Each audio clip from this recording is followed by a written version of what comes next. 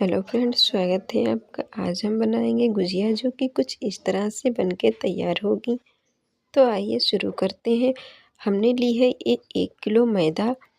तो इस मैदा को हम सबसे पहले छाने ले रहे हैं छलनी की सहायता से। देखिए बिल्कुल साफ़ है, कुछ नहीं निकला है। तो ये 1 किलो मैदा है, लेकिन हम ये सारी मैदा नहीं बनाएंगे, सारी मैदा की गुजिया नहीं बनाएंगे, थोड़ी सी हम इसमें से बचा लेंगे। और ये छनी हुई मैदा है, इसमें से 1 चम्मच मैदा हमने कटोरी में निकाल ली है। वो हम आगे दिखाएंगे कि उसका हम क्या करेंगे। तो अब इसमें हम डाल रहे हैं रिफ़ाइंड ऑयल। रिफ़ाइंड ऑयल डालकर इसको हम इस तरह से मिक्स करेंगे। ये मोयन के लिए है, इसमें इतनी रिफ़ाइंड या कोई भी घी इतना डालना चाहिए कि मुट्ठी बंध जाए। तो हम आपको मुट्ठी बांध कर दिखाएंगे। ये पहले इसको अच्छे से मिक्स कर लिए हैं, उसके बाद आप देख सकते हैं मुट्ठी बंध जाती है। तो अब ये बिल्कुल तैयार है।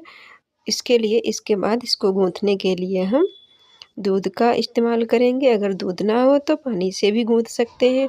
दूध चाहे उबला हुआ हो या कच्चा हो, किसी भी तरह का सही रहेगा। लेकिन अगर दूध ना हो तो इसे पानी से भी गूँथा जा सकता है। तो हम इसमें थोड़ा-सा दूध डाल के थोड़ा-थोड़ा दूध डालकर इसमें, और इसको हम इस तरह से गूँथे ले रहे हैं अच्छे से।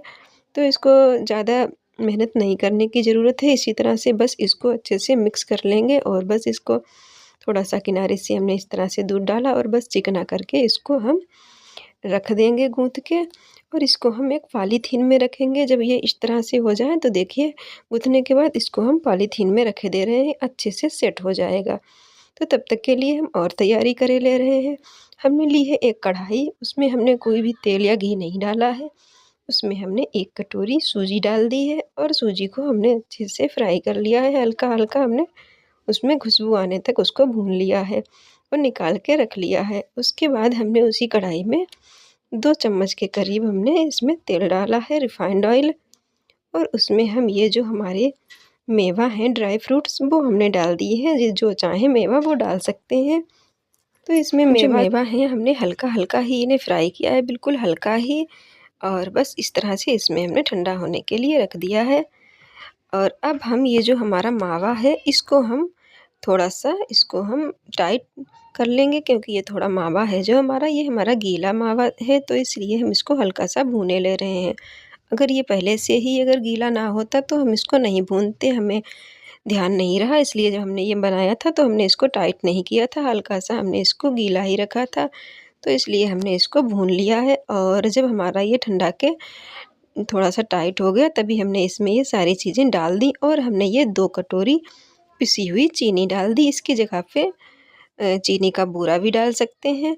और इसमें हमने थोड़ी-सी इलायची पाउडर भी डाल दिया है, आधा चम्मच के करीब। और देख सकते हैं हमने इसमें इतनी चीनी नहीं डाली है कि ये अलग-अलग एकदम हमारा खसखस की तरह होता, तो हमने इसको मुट्ठी बाँध के देख लिया था।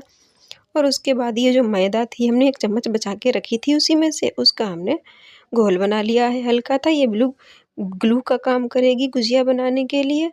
तो बस आइए अब हम क्या करते हैं, जो हमने मैदा थी पॉलीथीन में करके रखी थी गुथी हुई, वो हमारी सेट हो गई अच्छे से, बिल्कुल चिकनी लोई बन रही है। तो आप देख सकते हैं हम इसकी चिकनी-चिकनी लोई बना के तैयार कर लेंगे इस तरह से फटाफट से। और ये लोई हमारी जो है बन के तैयार हो गई हैं।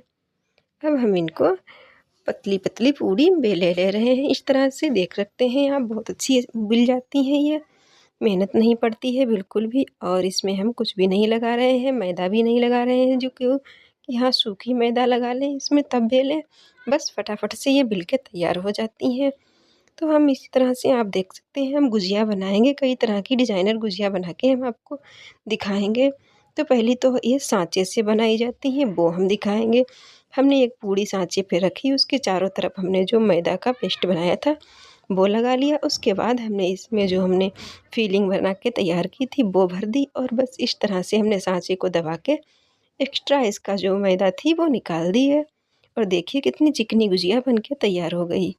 तो हम दूसरी बनाते हैं। दूसरी को हमने लोई को, जो हमने पूड़ी है वो हमने उस पे पाटे पे रखी, और उसके बाद इसमें हमने वो मैदा जो थी घुली हुई वो हमने लगा ली चारों तरफ। और उसके बाद हमने ये इसमें फिलिंग भरी, और उसके बाद इस तरह से हमने इसको दबा दिया है। और उसके लिए कोई भी फ़ोर्क वाला चम्मच हो उसको इस तरह से डिज़ाइन कर दीजिए। देखिए कितनी अच्छे से बन के तैयार हो गई है।